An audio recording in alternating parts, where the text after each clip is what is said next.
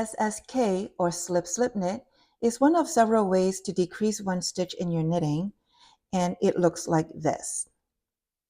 To do so, we slip the first 2 stitches on the left needle to the right needle knitwise. And what knitwise means is to insert the right needle into the stitch as if you're going to knit it, but we're simply going to let it go. Now it's on the right needle. And we do that one more time. Insert it as if to knit and let it go onto the right needle. The second step is to insert the left needle into the front of the 2 stitches that were just slipped, like so. And we're going to hold it like this. Now the needles they are creating a shape of an X.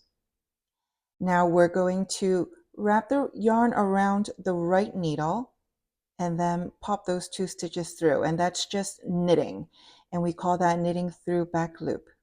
And here it is, that one decrease.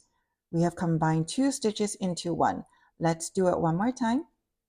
First step is to slip 2 stitches one by one knitwise from left to right. Second step is to insert the left needle into the front loops of the same 2 stitches, and we're going to hold it there, creating an X. Third and final step, wrap the working yarn around the right needle so we can pop those 2 stitches through and turn them into one stitch. And that is SSK or slip knit.